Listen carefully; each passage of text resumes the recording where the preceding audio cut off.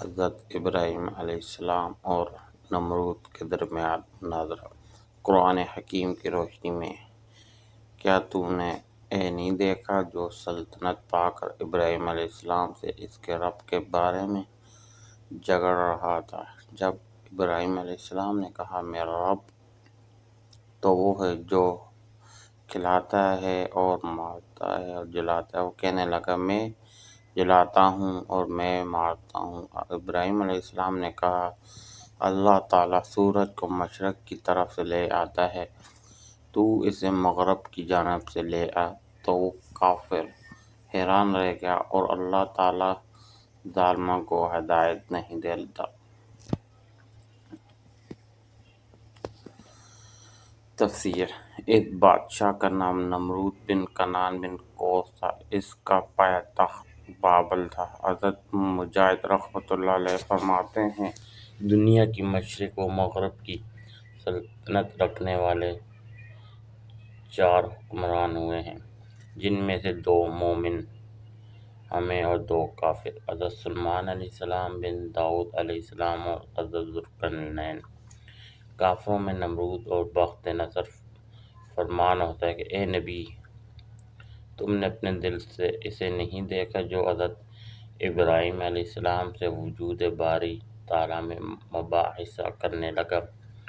یہ شخص خود اللہ ہونے کا مدعی تھا، جیسے کہ اس کے بعد فرعون نے بھی اپنے والوں میں یہ دعویٰ کیا تھا کہ میں اپنے سوا کسی کو تمہارا اللہ نہیں جانتا، کیونکہ ایک مدت اور عرصے سے یہ بادشاہ چلا آتا تھا، اس لیے دماغ میں رعونت آ گئی تھی، سرکشی اور تکبر، نحوت اور غرور طبیعت میں سا گیا تھا۔ بعض لوگ کہتے ہیں کہ 400 سال تک حکومت کرتا رہا۔ حضرت ابراہیم علیہ السلام سے اس وجود باری تعالیٰ پر دلیل مانگی تو آپ نے نصیحت، سیاست اور بہت سے نصیحت کرنے کی دلیل دی، جو ایک مثل آفتاب روشن دلیل لی۔ نمرود نے جواب کہا یہ تو میں کرتا ہوں، یہ کہہ کر 2 شخصوں کو اس نے بلوایا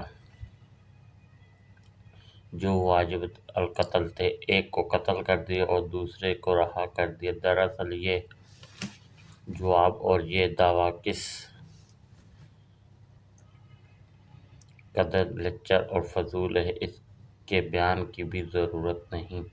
حضرت ابراہیم علیہ السلام نے صفات باری تعالیٰ میں سے ایک صفت پیدا کرنا اور پھر نصیحت کر دینا بیان کی تھی۔ اس نے نہ تو انہیں پیدا کیا، نہ ہے ان کی یا اپنی موت و حیات پر اسے قدرت، لیکن اپنی علمیت جتانے کے لیے باوجود اپنی غلطی اور مباحثہ کے اصولوں سے فراری کو جانتے ہوئے صرف ایک بات بنا لی۔ حضرت ابراہیم علیہ السلام بھی اس کو سمجھ گئے اور آپ نے اس گندا ذہن کے سامنے ایسی دلیل پیش کر دی کہ صورتاً بھی اس کی مشابہت نہ کر سکے۔ چنانچہ فرمایا کہ جب تو پیدائش اور موت تک کا اختیار رکھتا ہے تو مخلوق پر تیرا تصرف پورا ہونا چاہیے۔ میرے اللہ نے تو یہ تصرف کیا ہے کہ سورج کو حکم دے دیا ہے کہ وہ مشرق کی طرف سے نکلا کرے، چنانچہ نکل رہا ہے، اب تو اسے حکم دے کہ وہ مغرب کی طرف سے نکلے۔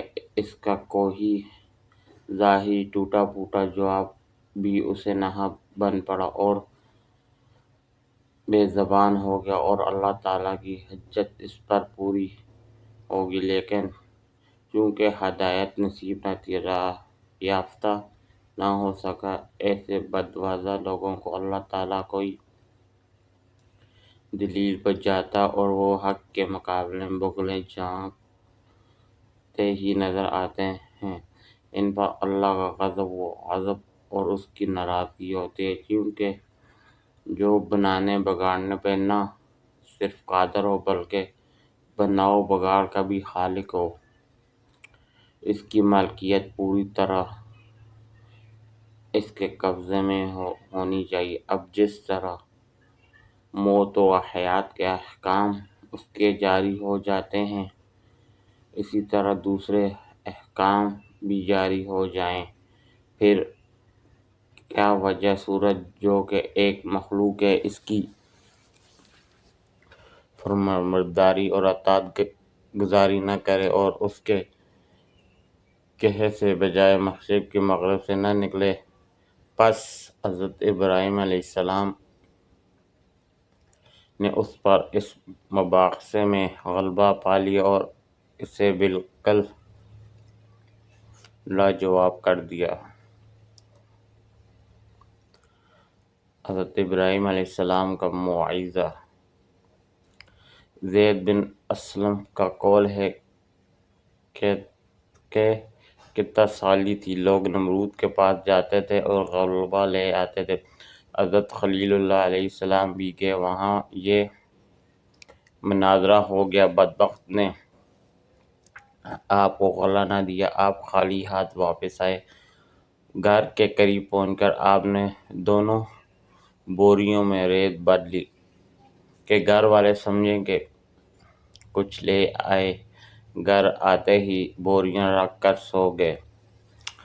آپ کی بی بی صاحبہ حضرت سارہ، انہیں بوریوں کو کھولا تو عمدہ اناج سے دونوں پر تھیں، کھانا پکا کر تیار کیا۔